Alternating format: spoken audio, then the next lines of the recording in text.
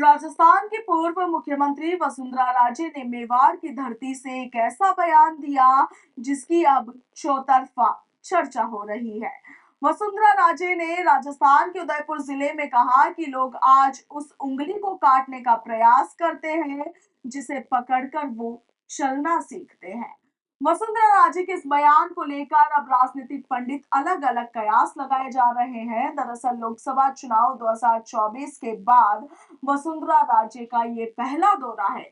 2 दिवसीय दौरे पर मेवाड़ पहुंची वसुंधरा राजे ने पहले दिन राजसमंद के नाथद्वारा में स्थित पुष्टिवर्गीय वल्लभ संप्रदाय की प्रधान पीठ भगवान श्रीनाथ जी के दर्शन किए। हालांकि वसुंधरा के इस बयान को लेकर अब सियासी गलियारों में चर्चाएं शुरू हो गई है। लोकसभा चुनाव में झालावाड़ सीट को छोड़कर वसुंधरा ने कहीं भी कोई चुनावी प्रचार प्रसार नहीं किया। रविवार को उदयपुर में सुंदर सिंह भंडारी चैरिटेबल ट्रस्ट की ओर से विशिष्ट जन सम्मान समारोह एवं व्याख्यान माला का कार्यक्रम आयोजित हुआ। इस कार्यक्रम में वसुंधरा राजे ने यह बयान दिया। पूर्व मुख्यमंत्री ने कहा कि सुंदर सिंह भंडारी जी ने कितने कार्यकर्ताओं को आगे पहुंचाने का काम किया। हम सब लोगों को ये पता है कि भंडारी जी ने कैसे लोगों को आगे बढ़ाने का काम किया। वसुंधरा राजे ने आगे कहा कि वो वफा का दौर अलग था जब लोग किसी के द्वारा किए हुए कामों को मानते थे, मगर आज बहुत कुछ देखने को मिलता है। वसुंधरा ने कहा कि लोग उसी उंगली को काटने का प्रयास करते हैं जिसको पकड़कर लोग चलना सीखते हैं। वहीं इस दौरान वसुंधरा राजे ने संघ की भी जमकर तारीफ की। उन्होंने क्या कुछ कहा आप भी सुनिए। भंडारी जी ने कितने कार्यकर्ताओं को ऊंचाई तक पहुंचाने का काम किया कि आप लोग सब बैठे हो, आज इतने सब आए हुए हैं, वो सबको मालूम है कि उन्होंने हम सब के जीवन के अंदर एक छोटा छोटा सा पौध फेरा करके लोगों को बढ़ाने का, आगे बढ़ाने का काम किस तरीके से किया।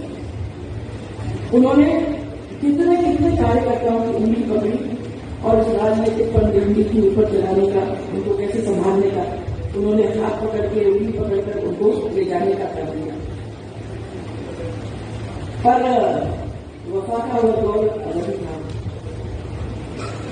तब लोग किसी के किए हुए काम को और अच्छे काम को माना करते थे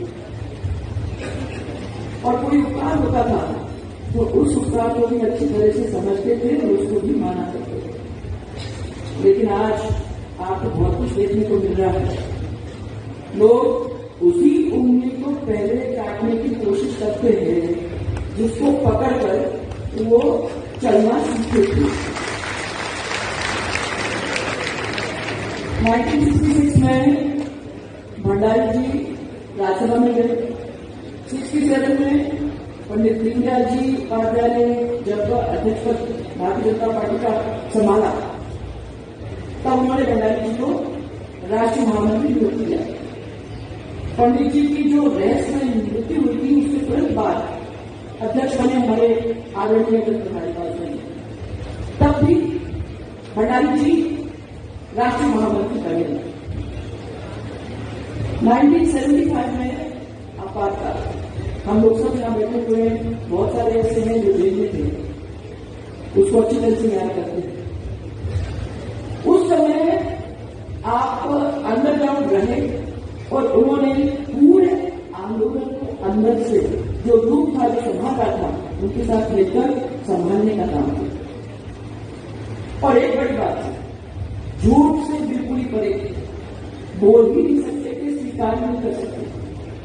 तो आपातकाल के दौरान जब वो नई दिल्ली रेलवे स्टेशन पर से निकल रहे थे तो पुलिस वालों ने उनको रोककर के उनसे नाम पूछा।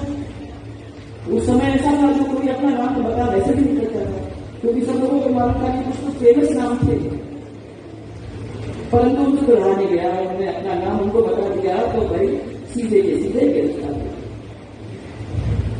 ये 3 बार हमारे राज्यसभा के सांसद रहे, बिहार के और गुजरात के जो राज्यपाल रहे।